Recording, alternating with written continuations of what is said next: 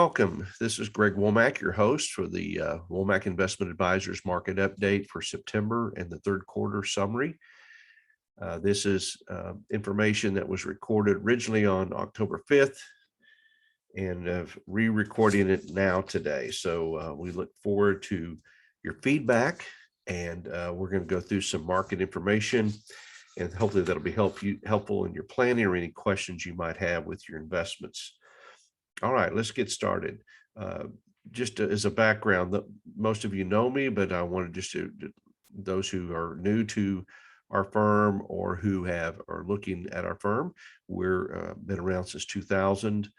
I started actually in the business in 1987 before going independent in 1990. A CFP since 1993. Registered in multiple states, 6 dedicated staff members, and we're growing. So we assist clients in growing and protecting their wealth. So sit back, grab your favorite coffee, snack, or lunch, dinner, or wherever you might be, and let's get started. So as we look at the markets for September, the S&P was off 4.8%, but still up year to date at 14.7. The NASDAQ was up down 5.6. A lot of larger cap growth stocks, particularly technology, took a hit in September, but up year to date still 12%.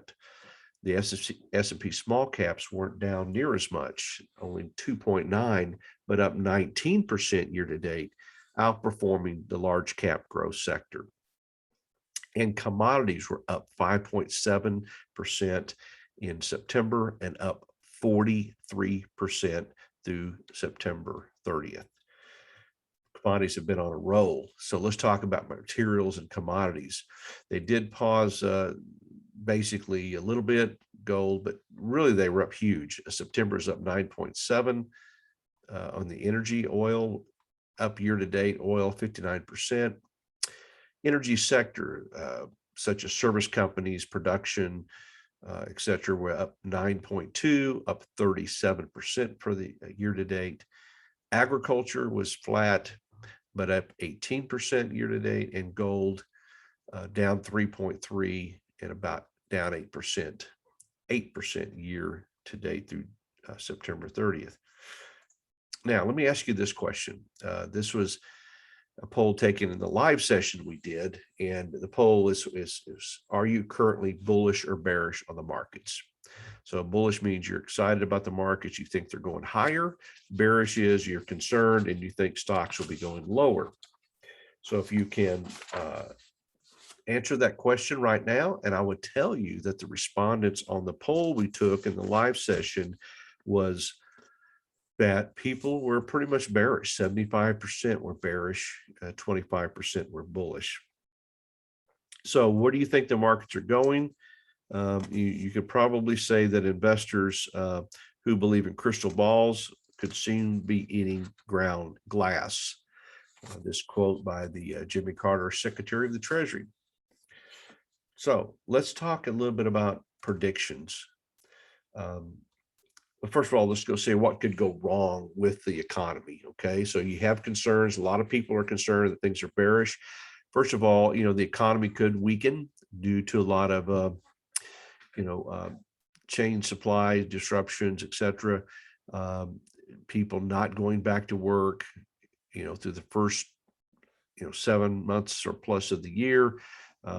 People were making money to stay at home from government stimulus and checks.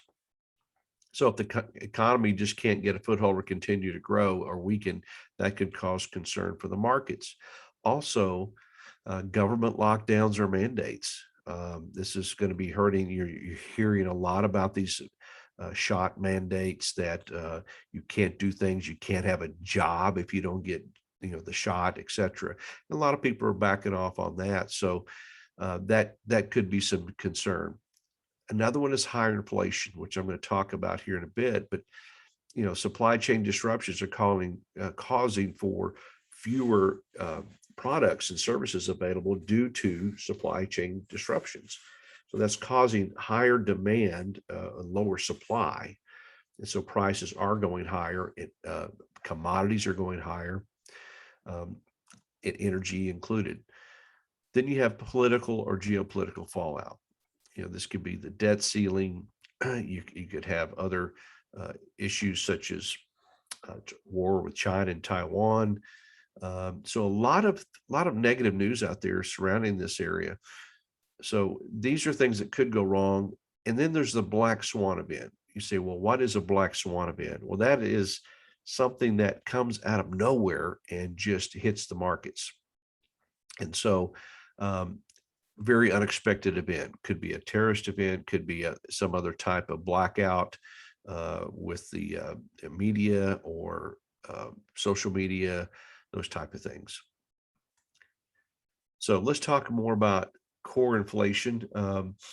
The Fed's lowest lowball inflation measure hits a 30-year high for its measurement of its inflation target. The symmetrical 2% the Fed uses as a core price inflation measure because it is the lowest lowball inflation measure the government publishes, and it understates the actual inflation even more than other indices. So it excludes food and energy, which can be volatile but make up a big part of what people spend their money on, especially the lower half of the income scale. And today, the low ball core inflation rose by 3.62% compared to a year ago. So this, folks, is the hottest inflation reading since May of 1991. So you can see the trend here. And I do believe that inflation is here and it's going to be with us for some time. And as you can see, it's kind of broken this downtrend in through here most recently. Okay, let's see if I can get this thing to draw here. Nope, I can't. So we're just going to go to this chart. So this shows a chart of commodities. So you can see the peak on the left-hand side there in 08 of all the oil and gas, natural gas, and other commodity index. So this commodity index makes up livestock, energy, metals, and grains. And so as you can see here, commodities typically go through major long-term cyclical, either bull or bears. And we've been in a huge bear market for years with commodities. Grain includes agriculture, livestock, energy, metals, like I said. So, but you can see that right here, we've actually been able to, it broke the inflation right here, here in February of 2021. So this long-term trend line we see through here, it broke that. So I think inflation's here. And we're going to see much higher prices as we go on into the winter. And as long as supply chains are holding up product delivery and service delivery, then I think we'll continue to see higher inflation. And a lot of that, as you can see through, this is 56 cargo ships. I heard there was at least 70 cargo ships in Los Angeles and Long Beach, the ports. So it's a record number. So this is a run up to the holiday season when retailers are desperately trying to stock up their inventories, which for many categories, including apparel, have already been running low. We've heard about the car chip shortage where cars are already built. They're just waiting on chips sitting there. It's amazing going by these car dealerships around the city here in Oklahoma City. It's crazy. There's probably only a third of the cars in some of these parking lots, even a quarter of some parking lots I've seen of used cars, or excuse me, new cars. This shows one of the things that could take place. I mean, you've seen Evergrande, which is the big Chinese real estate company. Another one just defaulted. It was the Fantasia Holdings. It failed to make a $206 million bond payment that was due this past a week ago, Monday, sparking fears that debt problems among China's property development companies spans far beyond the Evergrande company. And so this could disrupt the markets as well. So we'll see what happens on that. We'll keep a pulse on it. But it's very concerning what's going on in China. They overbuilt um, so they have a huge, massive supply and not enough income coming in.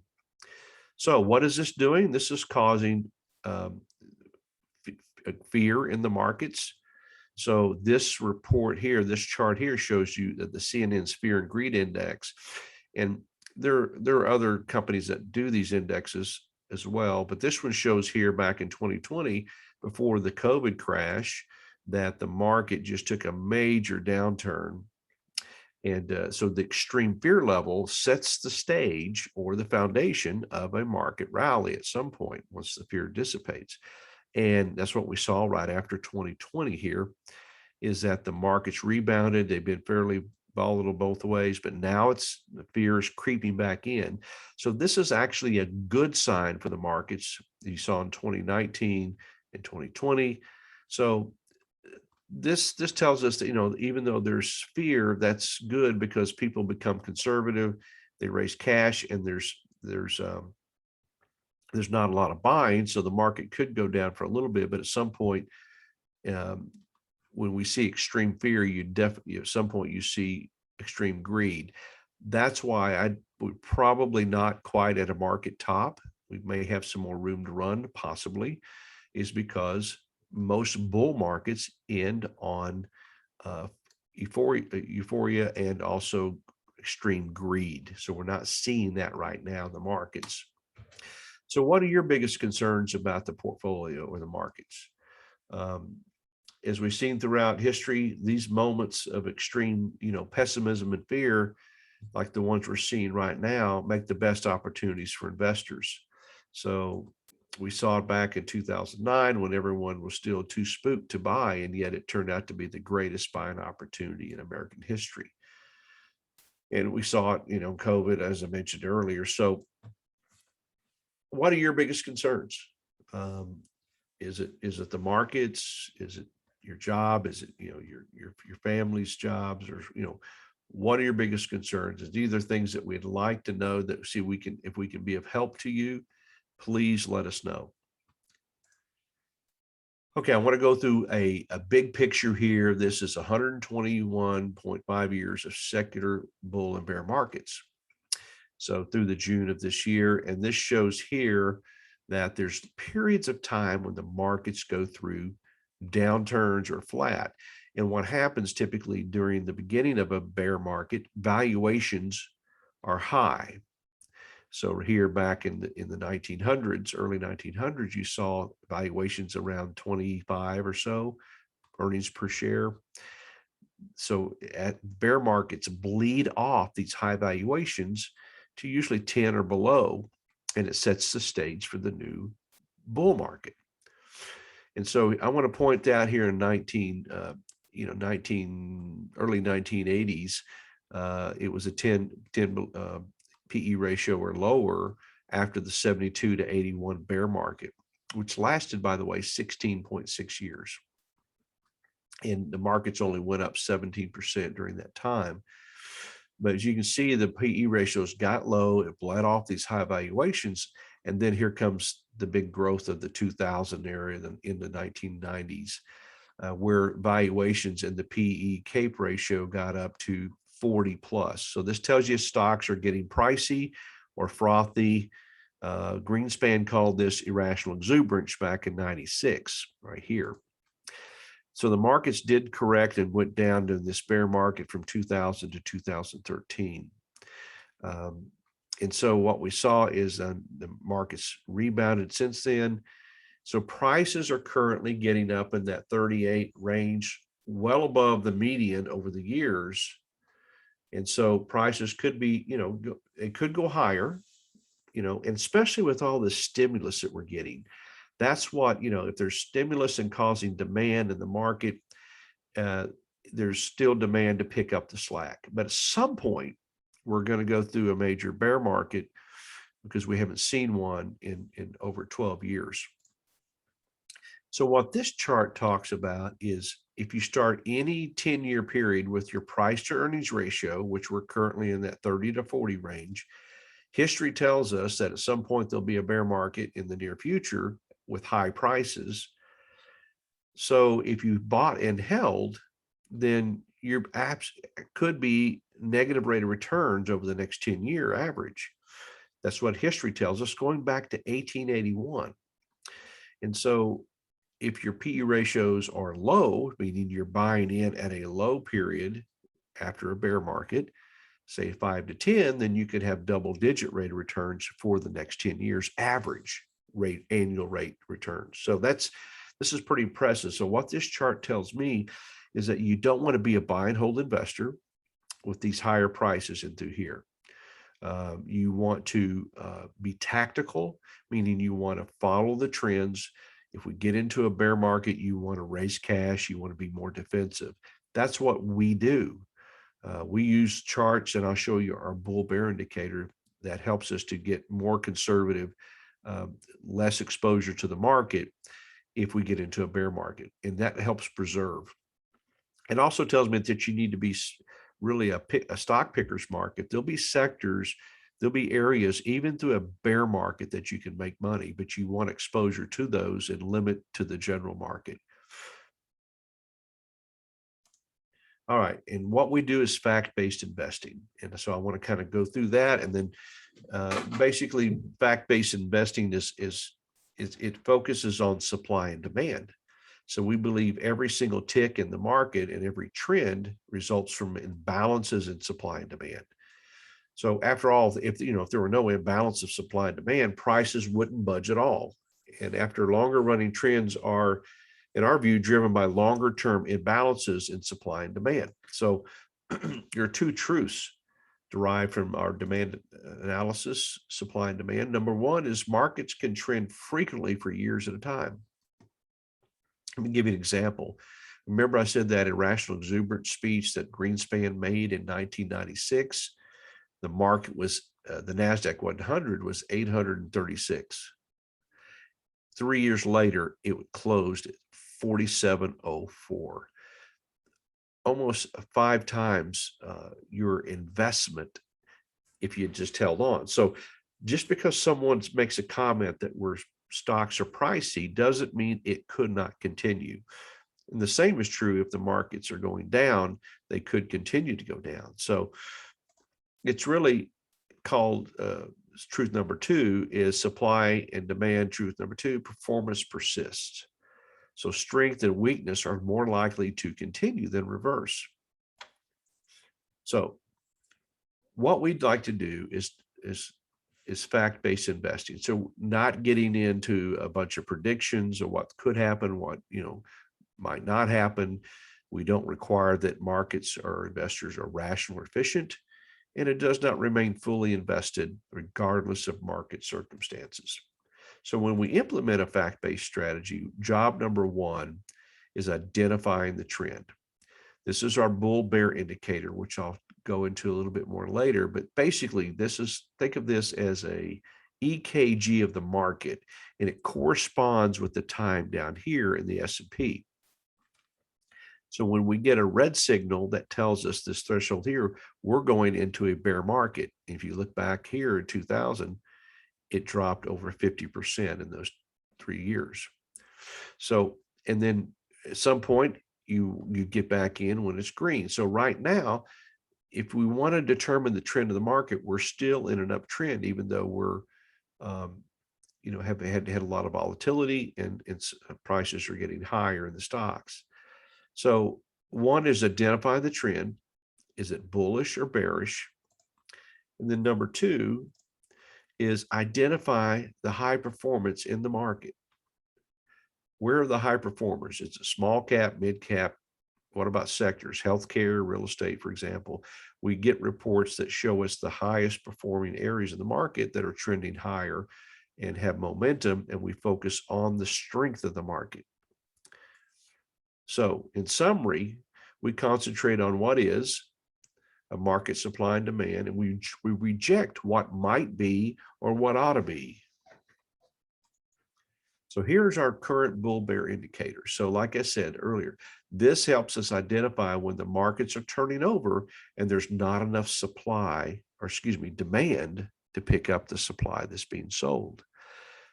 So October 2000, that's when the red signals came on.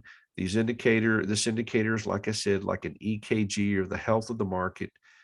It measures many technical indicators such as supply and demand. It measures, relative strength of the market, new highs, new lows, the put call ratio, which is bullish or bearish ratio in options. And it looks at the big picture. And when there's not enough demand to pick up the supply, then the markets start turning over. And sure enough, the markets went down here. And then when the green light comes on, that's the bull threshold. That means the strength is coming back in the market, demand, and we had a major run from 2003 to 2008, right, roughly. And that's in 2008, the great mortgage crisis. So what we want to do is try to avoid these major 50% drops in the markets. And there's been a few little bear markets since then, but we are currently in a bull market. And even though the market is pulled back, the indicators kind of weakened a little bit, but still above the red.